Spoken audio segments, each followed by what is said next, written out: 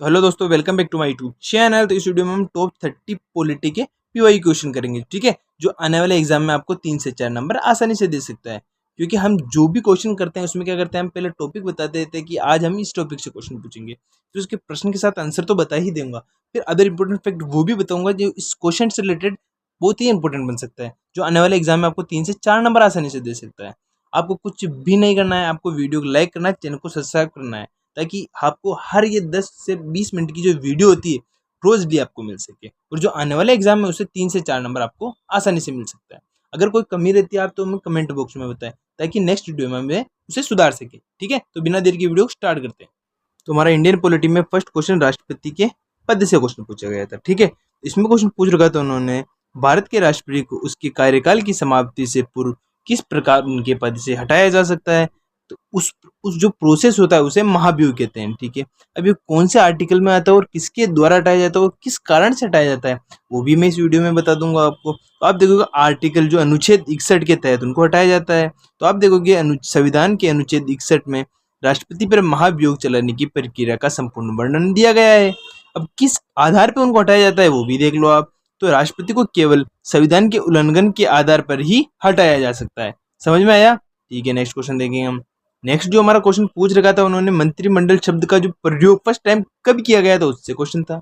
उन्होंने क्वेश्चन पूछ रखा था संविधान के किस अनुच्छेद में मंत्रिमंडल शब्द का प्रयोग किया गया है। तो वह अनुच्छेद 352 के थर्ड क्लोज में किया गया है, ठीक है। और जो कैबिनेट शब्द है उसका कब प्रयोग किया गया है वो भी मैं बता देता हूँ आपको। तो आप देखोगे मूल संविधान में कैबिनेट शब्द का उल्लेख नहीं था। इसे किस संविधान संशोधन द्वारा जोड़ा गया है? इसे 44वें संविधान संशोधन 1978 द्वारा जोड़ा गया था, ठीक है। अब जो अनुच्छेद 352 है इसको भी ये देख लेते हैं हम। तो आप देखोगे अनुच्छेद 352 के तहत राष्ट्रपति राष्ट्रीय आपातकाल की घोषणा तभी कर सकते हैं जब उन्हें मंत्रिमंडल की लिखित सिफारिश प्राप्त हो। जब भी ये राष्ट्रीय आपात लगता है इसका मतलब होता है राष्ट्रीय आपातकाल तभी लगाया जा सकता है जब मंत्रिमंडल अपना लिखित रूप से इस्तीफा दे, कि लिखित रूप से अगर देते हैं तभी लगाया जा सकता है, मौखिक रूप से देने पर नहीं लगाया जाता है। समझ में आया? नेक्स्ट क्वेश्चन देखेंगे हम। नेक्स्ट जो हमारा क्वेश्चन पूछ रखा था, कहाँ से पूछ रखा था, जो महान्यायवादी होता है ना उससे क्वेश्चन था, ठीक है। उन्होंने क्वेश्चन पूछ रखा था भारत का सर्वोच्च विधि अधिकारी कौन होता है। तो वह भारत का महान्यायवादी होता है। अब मैं इसमें इसका आर्टिकल भी बता देता हूँ और वो उसके पास कौन कौन सी शक्ति प्रदान की गई है वो भी बता देता हूँ मैं आपको। तो आप देखोगे अनुच्छेद 76 में इसकी नियुक्ति किसके द्वारा की जाती है? राष्ट्रपति द्वारा इसकी नियुक्ति की जाती है, ठीक है। वह भारत सरकार का कानूनी मामलों में सलाहकार होता है। जब भी कोई भारत सरकार को कानूनी सलाहकार लेनी हो तो वह महान्यायवादी से पूछ सकते हैं, ठीक है। उन्हें संसद के दोनों सदनों की जो कार्यवाही होती है उसमें भाग लेने का तो अधिकार है, लेकिन वोट देने का अधिकार नहीं है। क्यों? क्योंकि वो वहां पर बैठा रहता है कि ये पक्ष है ये गलत है, फिर वो उसका उच्चारण करके सही गलत बता सकता है। लेकिन जब उन्होंने मत दिए जाते हैं कि इसमें 50% मत मिले, इसमें 60% मत मिले, तो उसमें उसको मत देने का अधिकार नहीं होता है। समझ में आया? नेक्स्ट क्वेश्चन देखिए हम। नेक्स्ट जो हमारा क्वेश्चन पूछ रखा था लोकसभा की जो सदस्य संख्या है उससे क्वेश्चन पूछ रखा था उन्होंने क्वेश्चन पूछ रखा था लोकसभा की वर्तमान जनसंख्या कितनी है। तो 545 है, ये हो गया खत्म। लेकिन अधिकतम कितनी है अपने पास? 545 तो भरी हुई है वर्तमान में, लेकिन अभी तक है कितनी अभी इस टाइम अपने पास? तो वर्तमान स्थिति के अनुसार अधिकतम संख्या कितनी है? 550 है, ठीक है। और नए जो वो संविधान वो संसद हॉल बनाना उसकी बात नहीं कर रहा है, ये नॉर्मली बता रहा हूँ मैं आपको। आप देखोगे 104वां संविधान संशोधन लोकसभा में जो 2 आंग्ल इंडियन की सदस्य थी मनोनीत किए जाने की, उसे अब समाप्त किया जा चुका है, ठीक है। और अधिकतम संख्या कितनी है? 550 है, लेकिन अभी कितनी है अपने पास? 545 है। तो 545 कहाँ की है, राज्य की कितनी की और यूटी की कितनी है वो भी बता देता हूँ मैं आपको। तो आप देखोगे 530 है वह राज्यों की है और 20 केंद्र शासित प्रदेश की मतलब यूटी की है। समझ में आया? नेक्स्ट क्वेश्चन देखेंगे हम। नेक्स्ट जो हमारा क्वेश्चन पूछ रखा था, कहाँ से पूछ रखा था, जो पार्लियामेंट में जो शून्यकाल होता है ना, 0 आवर, उससे क्वेश्चन पूछ रखा था कि वो किसकी देन है। आप देखोगे संसदीय व्यवस्था में जो शून्यकाल होता है वह किस देश की देन है। तो वह भारत की देन है, ठीक है। और ये कब अपनाया गया था और किसके बाद होता है वो भी मैं बता देता हूँ। तो यह भारतीय संसदीय नवाचार है जो 1962 में अस्तित्व में आया, इससे पहले नहीं था। यह प्रश्नकाल के तुरंत बाद शुरू होता है जो दोपहर 12 बजे स्टार्ट होता है। जो 11 से 12 होता है ना वहां पर क्वेश्चन आवर स्टार्ट होता है। क्वेश्चन आवर के 1 घंटे बाद ये कौन सा 0 आवर स्टार्ट होता है। इसमें सदस्य बिना किसी पूर्व सूचना के महत्वपूर्ण मामले उठा सकते हैं। इसका मतलब ये होता है जो क्वेश्चन आवर होता है 11 से 12 उसमें वही प्रश्न पूछे जाते हैं जो अभी उन्होंने लिखित रूप से पूछ रखे हों। लेकिन जो शून्यकाल होता है इसमें कोई भी रैंडम क्वेश्चन आपसे पूछ सकता है जो कि एक महत्वपूर्ण क्वेश्चन हो सकता है। समझ में आया? नेक्स्ट क्वेश्चन देखेंगे हम। नेक्स्ट जो उन्होंने क्वेश्चन पूछ रखा था जो जुडिशियल रिव्यू है उससे क्वेश्चन पूछ रखा था उन्होंने क्वेश्चन पूछ रखा था भारत में न्यायिक पुनर्विकल्प की संकल्पना किस देश के संविधान से ली गई है? तो ये यूएसए से ली गई है जिसे अपन क्या कहते हैं, संयुक्त राज्य अमेरिका कहते हैं। ठीक है, अब इसके बारे में और इम्पोर्टेंट फैक्ट भी हम जान लेते हैं। इसका अर्थ क्या होता है कि न्यायपालिका विधेयिका द्वारा बनाए गए कानूनों और कार्यपालिका के आदेशों की संवैधानिक जांच कर सकती है। इसका मतलब ये होता है अगर कोई कोर्ट ने कोई गलत फैसला दे दिया तो उसे 30 दिनों के भीतर पहले ही सरकार को इन्फॉर्म करना होगा कि इन्होंने जो फैसला दिया वो गलत है, तो उसे वापस रिव्यू किया जाएगा कि इस फैसले में क्या गलत था। तो इसलिए इस नियम का उल्लंघन किया जाता है। और ये कहाँ से लिया गया है? ये यूएस से लिया गया है। ठीक है, नेक्स्ट क्वेश्चन देखेंगे हम। नेक्स्ट जो हमारा क्वेश्चन पूछ रखा था भारत की जो शासन प्रणाली है वो किस प्रकार की है, उससे क्वेश्चन पूछ रखा था उन्होंने पूछ रखा था भारतीय संविधान में किस प्रकार की शासन प्रणाली की व्यवस्था की गई है? तो उसमें संसदीयात्मक, इसका मतलब तो पार्लियामेंट्री फॉर्म हमारे यहाँ चलती है। ठीक है, अब आप देखोगे भारतीय संविधान जो जो भारत की जो संसद प्रणाली है वो ब्रिटिश मॉडल पर बेस है। जो ब्रिटिश मॉडल है उसके ऊपर अपनी बेस हुई है। ठीक है, इसमें क्या होता है, इसमें कार्यपालिका विधायिका के प्रति उत्तरदायी होती है। कार्यपालिका जो एग्जीक्यूटिव होती है, विधायिका मतलब एमएलए के प्रति, एमएलए जो रूल बनाता है उसे मानती है। समझ में आया? नेक्स्ट क्वेश्चन देखेंगे हम। नेक्स्ट जो हमारा क्वेश्चन पूछ रखा था उन्होंने पूछ रखा संविधान की आत्मा किसे कहा जाता है? तो आप देखो कि अलग अलग फॉर्म में अलग अलग लोगों ने किसको संविधान की आत्मा कहा, वो मैं बता देता हूँ आपको। तो आप देखोगे नीति निर्देशित तत्वों तथा मूल अधिकारों की संविधान की आत्मा किसने कहा है? उन्होंने गेनविल ऑस्टिन ने कहा। समझ में आ गया? लेकिन जो आर्टिकल 32 है उसे संविधान की आत्मा किसने कहा है वो भी देख लो आप। तो आप देखोगे डॉक्टर BR अम्बेडकर ने अनुच्छेद 32 को संवैधानिक उपचारों के अधिकार को भारत के संविधान की आत्मा और उसको हृदय बताया है। ठीक है, जो प्रस्तावना है को भी संविधान का हृदय माना जाता है। समझ में आया? ठीक है, नेक्स्ट क्वेश्चन देखेंगे हम। नेक्स्ट जो हमारा क्वेश्चन पूछ रखा था जो भारत का स्वरूप कैसा है वो आर्टिकल 1 में जो बताया गया है उससे क्वेश्चन था। उन्होंने पूछ रखा था संविधान के प्रथम अनुच्छेद के अनुसार भारत कैसा होगा? तो भारत एक राज्यों का संघ होगा। ठीक है, अब अनुच्छेद 1 क्या कहता है वो देख लो आप। इंडिया जो कि एक भारत और एक राज्यों का संघ होगा। इसका मतलब होता है कि किसी भी राज्य को भारत से अलग होने का अधिकार प्राप्त नहीं है, वह अपनी इच्छा अनुसार भारत से अलग नहीं हो सकता। इसका मतलब ये होता है। नेक्स्ट क्वेश्चन देखेंगे हम। नेक्स्ट जो हमारा क्वेश्चन पूछ रखा था वो जो लैंग्वेज बेस पे जो फर्स्ट राज्य बना था वह कौन सा बना था, उससे क्वेश्चन पूछ रखा था। और कब बना था वो भी मैं इस वीडियो में बता दूंगा आपको।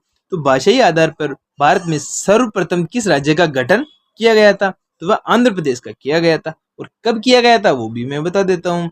आंध्र प्रदेश का गठन 1 अक्टूबर 1953 को किया गया था। इसके बाद 1956 में राज्य पुनर्गठन अधिनियम पारित किया गया था जिसके तहत भाषाई आधार पर 14 और राज्यों का भी गठन किया गया था। ठीक है, नेक्स्ट क्वेश्चन देखेंगे हम। तो हमारा नेक्स्ट जो क्वेश्चन पूछ रखा था उन्होंने पूछ रखा था जो अस्पृश्यता का जो उन्मूलन मतलब खत्म करने का जो आर्टिकल कौन सा है उससे क्वेश्चन पूछ रखा था उन्होंने पूछ रखा था संविधान के किस अनुच्छेद के अंतर्गत अस्पृश्यता का उन्मूलन बताया गया है? तो आर्टिकल 17 में बताया गया है।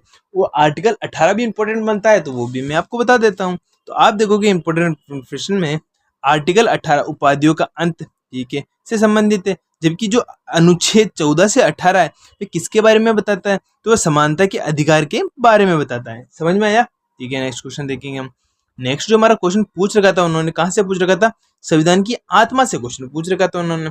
ठीक है, इन्होंने क्वेश्चन बता रखा था भारतीय संविधान का कौन सा भाग संविधान की आत्मा कहलाता है? तो आप देखोगे जो उद्देश्य का प्रिम्बल है ये है। अब इसे कहाँ से लिया गया है? इसे ऑस्ट्रेलिया से लिया गया है।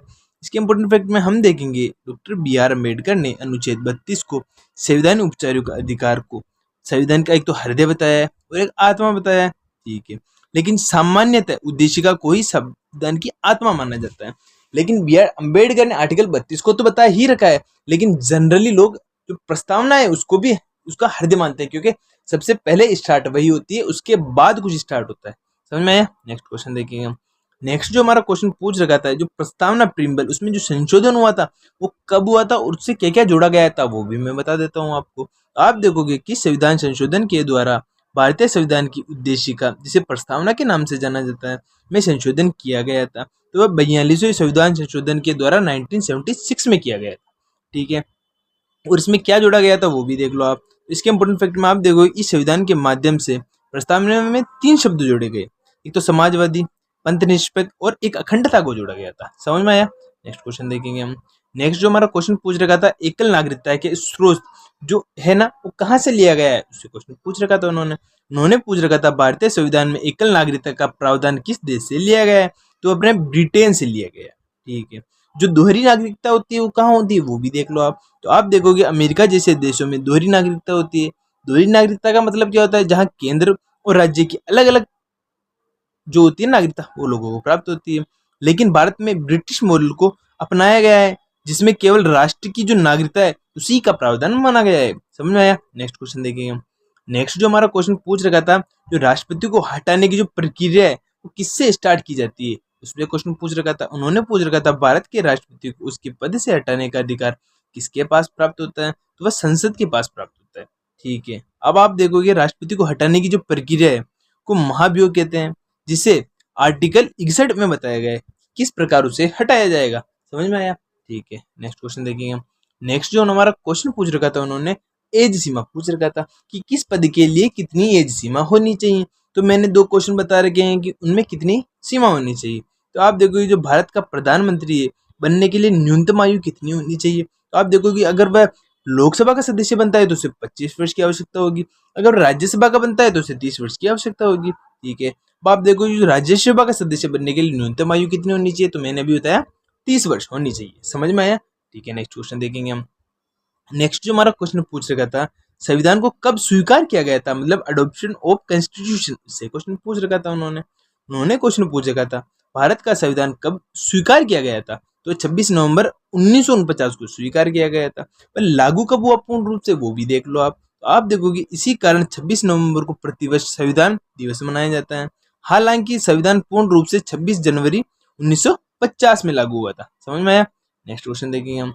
नेक्स्ट जो हमारा क्वेश्चन पूछ रखा था, नागरिकता का जो प्रावधान है और किस प्रकार से दी जाती है, उससे क्वेश्चन पूछ रखा था उन्होंने पूछ रखा था भारतीय संविधान को किस प्रकार की नागरिकता प्रदान की गई है, तो उन्हें एकल नागरिकता प्रदान की गई है। इसके इंपोर्टेंट फैक्ट में बता रखा उन्होंने, नागरिकता से संबंधित प्रावधान संविधान के पार्ट 2 और अनुच्छेद 5 से 11 में बताए गए थे। समझ में आया? ठीक है। नेक्स्ट क्वेश्चन देखेंगे हम।